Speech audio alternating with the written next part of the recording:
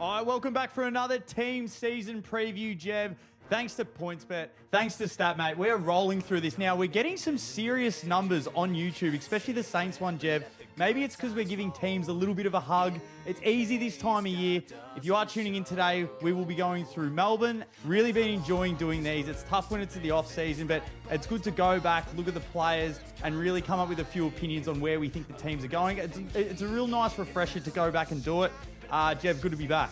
It is great to be back, Darcy. The first couple of episodes have been a great success.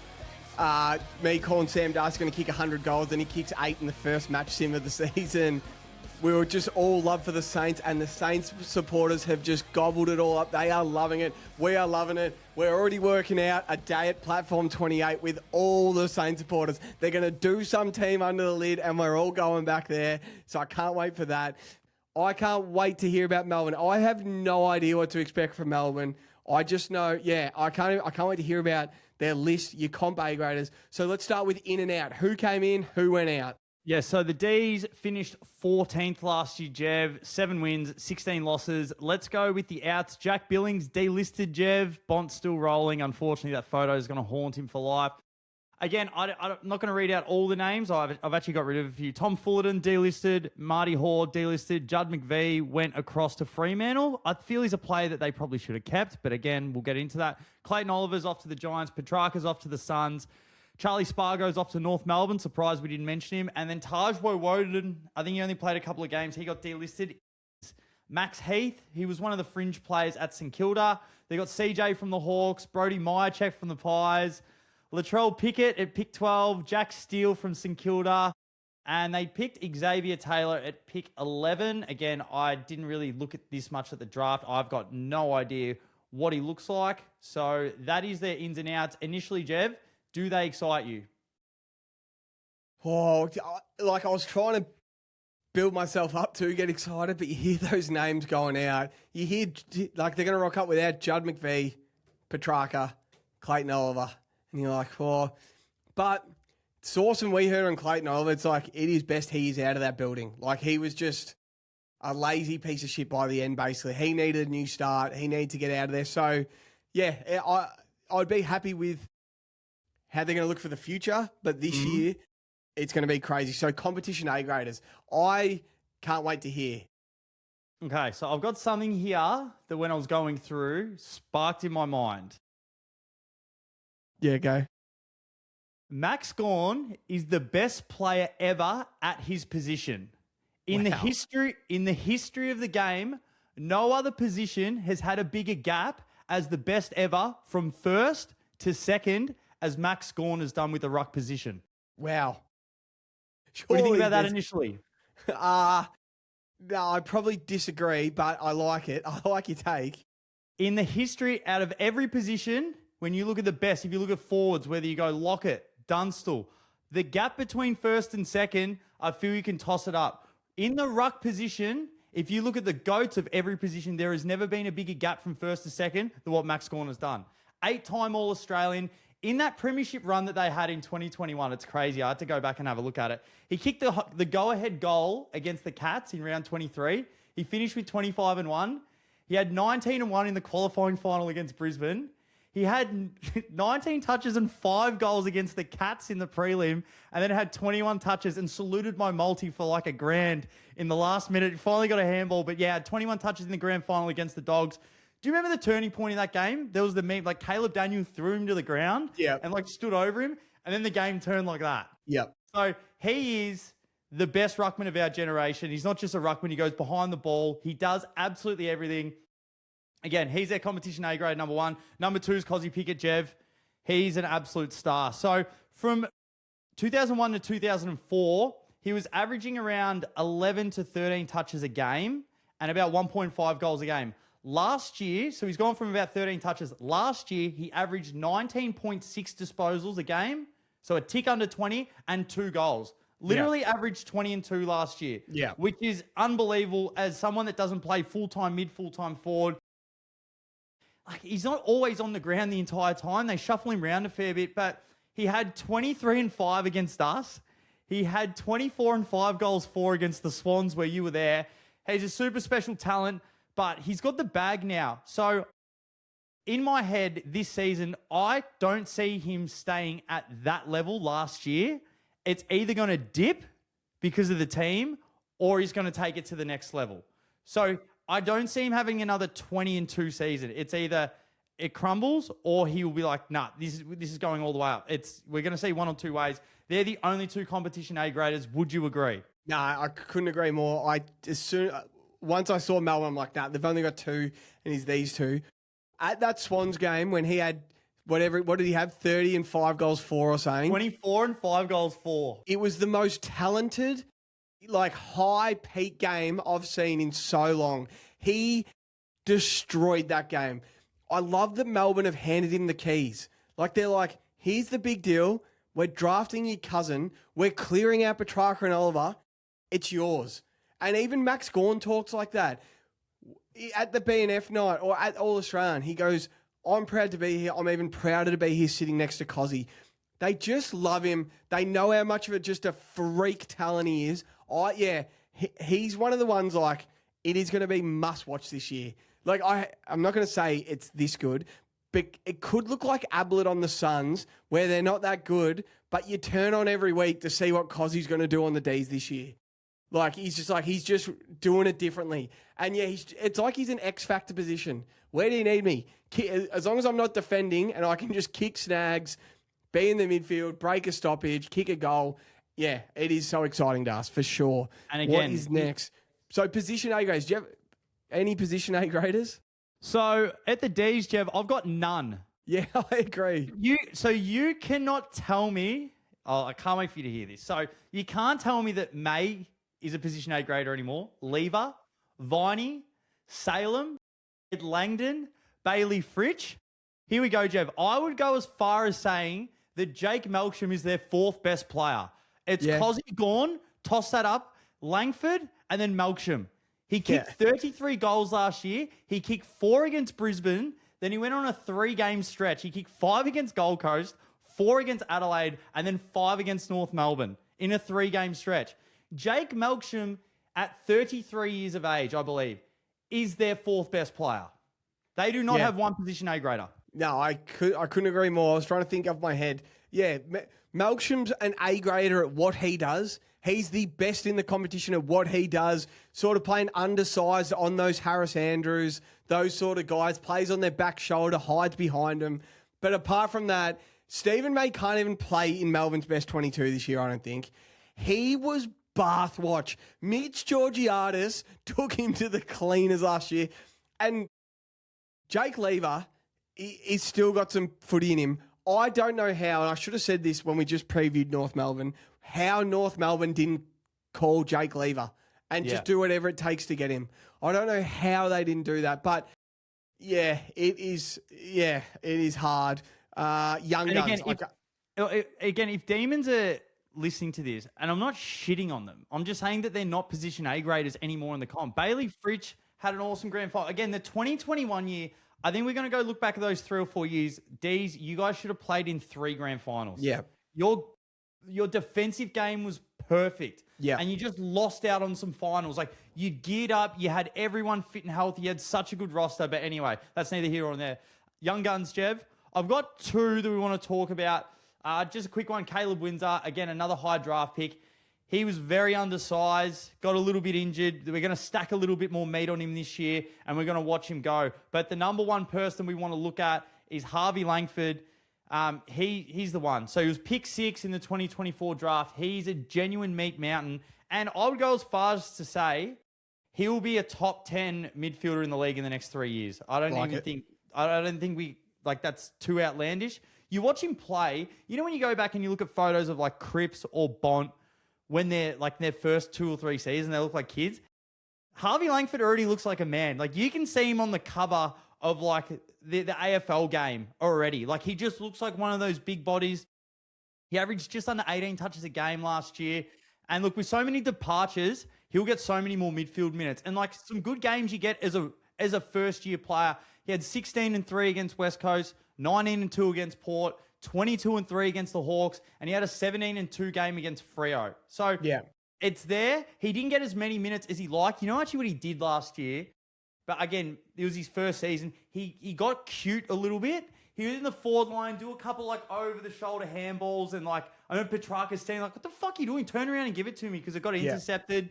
Again, that's just going to be growth. It's not under 18s anymore. But he's huge. He can run, he can tackle, he can get clearances. And remember the videos came out last year in the preseason. He just took one out of the middle, 2 bounces, and banged one home from 60. So he's a really good player. He's their number one piece. Yeah. He's the guy for sure. I cannot wait to watch him grow. Like, he is the guy. Future captain written all over him as soon as Gawn wants to give it to him. Yeah, he is the one for sure. And you got one more? Nah, that's it. I just wanted to go over those two. Like, I don't know. I don't know if you saw on Melbourne's Insta the other day.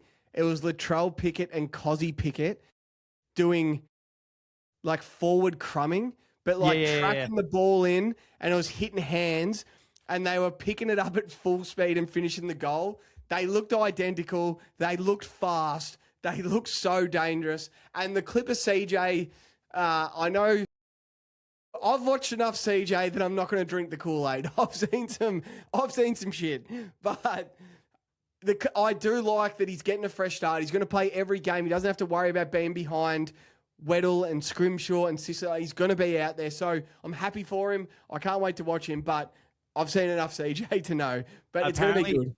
Apparently Croft couldn't stand that he wore the number 9 and he just couldn't play well. He just kept getting subbed. Apparently Croft hated it. He's giving it to Connor McDonald, but we'll get into that. Jev, a little bit of depth. So for some reason, I've got faith that the D's will be able to turn it around. I want to talk about the coach captain down in a little bit as well, but I do have faith that they will be able to turn it around. Kings draft this year feels like they're his players. They want to establish his game plan. They wanted to get rid of all the old heads like they weren't his. So Petrarca, Oliver, blah, blah, blah, blah. But in their depth, so if Gawn goes down, who we say is arguably one of the best of all time in his position, they've got Tom Campbell or Will Verrill coming in. Is Jai Cully playing more midfield minutes? We saw a nice clip of him the other day. Dandenong Stingrays boy went to West Coast. Now he's back at the D's. Hurt his neck last year so bad. So it's good to see him back up and running. But again, do these names excite you? Jump off the page, Jev. Shane McAdam, that's 3 blokes. Matt Jefferson, Blake Howes, Tom Sparrow, Aiden Johnson. I don't even know if he's still there. Jack Henderson, Harry Sharp. So as far as depth goes around the edges, when we were talking about the Saints, when I went around the edges, I'm like, how? Like, these guys are good. Like, they snap off you. Yeah, I can see where he'll play. Their depth. And again, the guys, the position A graders that I mentioned, if they go down, these guys are getting more of a role. So if May, Lever, Viney, Salem, Ed Langdon, Bailey Fritsch goes down, we're relying on McAdam, Jefferson, Howes to take another step. Do like Howes. Sparrow, Johnson, Henderson, Sharp. I don't know about the depth. I'm not feeling too good about the depth, Jev. I think they can turn around in a few years. They've got some nice picks. They've got some good players. But this season, I don't know. You want to know what it feels like, Das? It feels like when you go to an AC/DC concert these days. They're still playing the same songs, but when you're there, you're just like, oh, geez, they are old. Yeah, it's just, they're the names, and a lot of them are premiership players, or a premiership player, but it's just not the same. But yeah, there's not much to excite you there. Coach captain, this is where I'm excited. Coach captain, go. Yeah, I'm going to need your help on a little bit of this, Jev, but I just want to give people a little bit of a backstory because sometimes people think that guys just get a coaching job out of nowhere. So Stephen King, he played 240 games with Geelong and St Kilda. He won the flag in arguably one of the greatest sides of all time, the Geelong 2007 side. Then he came straight out of, well, pretty much playing. So he was assistant coach at the Saints for a year between 2010 and 2011. Then he was assistant coach at the Dogs for a decade. Senior assistant coach at the Suns, where eventually he was made caretaker coach when they got rid of Stewie Dew. Assistant coach of the Cats last year.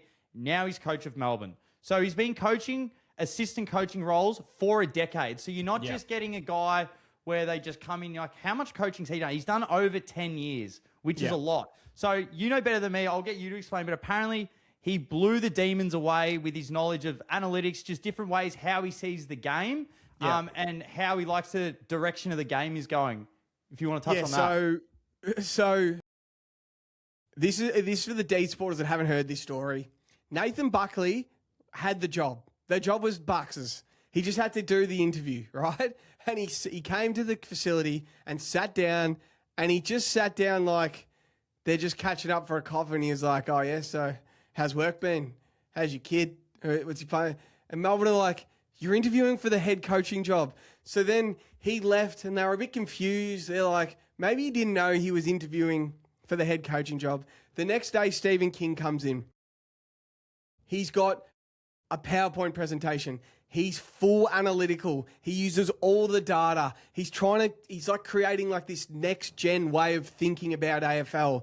Like the reason Clayton Oliver isn't playing anymore is because he sat Clayton Oliver down and said, if you play on this side, you are defending like a halfback and you might get midfield minutes. And apparently Clayton didn't want to hear it. So he got the boot. He's bringing in this totally new philosophy and data and analytics and all this stuff. Apparently it's going to be awesome. So then they walked out of that interview, Melbourne. They're like, that was incredible.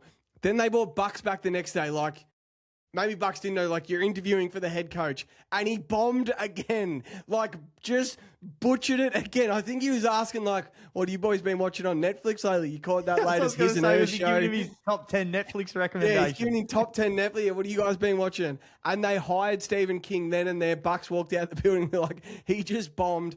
Bucks doesn't watch footy. I think Stephen King is obsessed with footy, obsessed with getting better. So I'm so excited to see how he coaches this year. I think Melbourne are going to be gritty as of just what I hear about how much Stephen King, like, yeah, leans on data, analytics. I think he has his film. He's like, his video is like got AI generated data. So anyway, I can't even explain it. But yeah, coach, captain, Das, I gave you that story. So go. Yeah, so yeah, I just want to touch it, because you knew that a lot more than me. But again, he's been coaching for 10 years previously coming in. He was a caretaker coach at the Suns. I think he's going to do a good job. I think Melbourne will turn around. I just do not think it will be this season. I do not think it will be this year. He's trying to implement a game plan. The Hawks had a teething year. Like, teams have teething years, and I think everyone expects that. I'm not expecting them. Well, we'll get into the over-unders at the end. But Captain Max Gawn, he's guarding the young kids. He's going to show them standards. I love that they still kept him. And I'll go as far to say this. As long as he's in the game, Melbourne have a puncher's chance every single time they go out there. As long as he's there, they've got a puncher's chance. We saw what they did in round 2 against a very good GWS side and only just lost. Yes, they had Petrarca still playing, but when Max Gawn is playing, they've always got a chance. So I absolutely love Maxi. I think Stephen King will do really good things. I think they've got the right guy. I just don't think it's this year. Yeah. I think they'll look completely different, and you'll see it, and they'll be super hard to beat, but it could be a tough year. But the only problem is, I hate, and I get it, but they would have to sit Max Gawn down and go, we need to go backwards for a couple of years. Mate, you're done. And it's like, the last 2 years of Max, he's probably still going to be All-Australian this year, and it's like the last 2 years of Gawn, he's just got to rock up, be the best ruckman of the last 25 years and just miss the finals. And just, he walks out of season so banged up, but he's just so inspirational. But I don't think Max Gawn will play another final, but we'll see. So, best bet. So, Albanese, Jev, he's been banging on about the social media ban. Can we ban Stephen May from playing on a mobile forward? He is absolutely barbecuing himself last season. So every time he played on Gunston or, as you said, Georgiades. So my best bet is that he retires at the end of the season. He retires. Mid-season.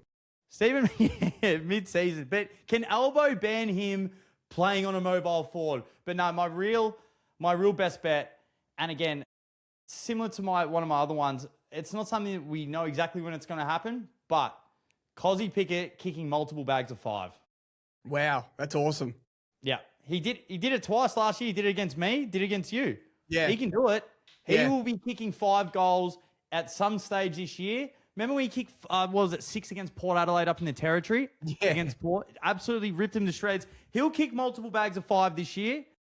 I don't know when it's going to be, so I know this is a tough thing to put out there, but keep an eye on the markets. Keep an eye on a matchup you might like. Might be like an early day game. Or no, he's done them on the early Sunday games, Saturday games. Just If you think that Kozzy's been playing pretty well, like he could do it against a North Melbourne at the G. Yeah. Something like that. A Richmond at the G, a West Coast at the G. So, yeah, make sure you watch out for Kozzy kicking bags of 5 because I'll be tailing all season. That's a great call. When he gets hot, you could see one day him and Melksham combine for 10. They're just cleared out the forward line. It's just the Milkshake and Kozzy, and they combine for 10. I agree. So what is their floor of wins and what is their ceiling of wins? What do you see being rock bottom and what do you see being like their best season they can have, Das? Floor is 5 wins. Floor is 5 wins. And what's their ceiling? 9. Right. So they're just going to be sort of stuck where they were last year. I think. Yes. I agree. I think it's more likely to be rock bottom 3 on the ladder than it is to be top 10 personally. But I think they are the 13th, 14th best team in the league. And I don't think much is changing from last year. Yep. The line. Their over-under season wins. Yeah, over-under on the season wins is 8.5. It feels like an under. Fucking hope it does. What did they win last year? 7. 7. They won 7 last year, and they've let Petrarca, Oliver, McVee walk out the door. Yeah, this is an under for me. It's an under for sure. I just, you never wish injury upon anything, but I just can't see Max Gawn playing 23 games. He's eventually, he's going to miss a couple this year. He's going to get a bit banged up. Yeah. Oh, that feels like the best under bet. North under, Melbourne under. It's been a bit of a negative pop, but that feels like an under. And then your multi you're going to make for Melbourne. Oh, I'm going to need your help with this because I'm not happy with it. I just, there's not many players. Again, if you're looking for awards or it's tough. I said, Kozzy Pickett All-Australian. Yeah. My check, Van Ruin and Fritsch to combine for 100 goals. Yeah. Yeah. They could kick 30 each. I don't love it. No, me neither. I don't love it. I don't know what else you can do. Do I go 80 goals and then over 8.5 wins? No, maybe. I just don't think they're going to get the win. So I was like, my check, yeah. 100 goals between 3 forwards. Do you go Kozzy to make All-Australian, Max Gawn to make All-Australian? Yeah, I think Maxie might be a bit old and injured this year. I reckon it's more likely he doesn't make All-Australian than he does. I hope he does. Yeah. Kozzy, could it just be built around Kozzy? Kozzy to kick 35 goals. Kozzy to make All-Australian. Yeah, we'll just do that. We'll just go Kozzy All-Australian, Kozzy 40 goals. And then they're over 8.5 for the Melbourne supporters. It's just not happening. Oh. Let's just go Kozzy 40 goals and Kozzy All-Australian. If that's $5, that's a good bet. Yeah, I'm happy with that. I wrote down my check, Van Ruin and Fritsch for 100, and I hated myself. I just deleted it off my laptop. Should have thrown your laptop out. Nah, that's how do we be positive about Melbourne with thinking at the same time they're going to be pretty average? Can't wait to see the young Pickett, Latrell Pickett. Yeah. I can't wait to see. He's going to have some tricks. He's going to do some cool stuff. He could kick goal of the year, Das. He could generally kick goal of the year. And again, me and Jev, we don't hate North. We don't hate Melbourne. This is just where we think they're going to be. Yeah. When we go through our questions. If they win 9 games, I'll be stoked for them. I'll be like, well done. Stephen King, you've come in, you've got him going. Harvey Langford's playing well. I hope Gawn plays the whole season. But there once was our 2 years ago Melbourne season preview where this team could potentially still have 6 comp A graders. This is 2 years ago with Brayshaw, Oliver, all the names I named. They're all these guys could be all Australian. And now it's just it's Gawn, Pickett, and then everyone else has just dipped, which is fine. It happens. But the D's will be back up there one day. That was Melbourne. That was North Melbourne. Let us know what you reckon. Again, we can't be super positive all the time, but yeah, it feels like a double under, Jev.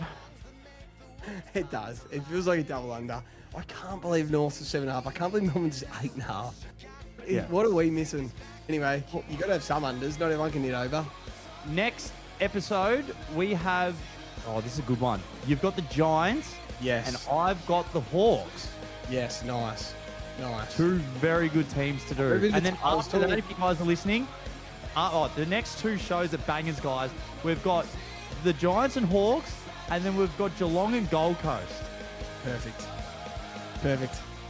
That's awesome. All right, guys, thanks for joining. Remember, like, subscribe, everything as well as that. 52 minutes. Beautiful. We'll keep rolling through. Make sure a like and comment on YouTube really helps us out. And I hope you guys are enjoying. We'll see you in the next one. What are you prepared to lose today? For free and confidential support, call the number on the screen or visit the website.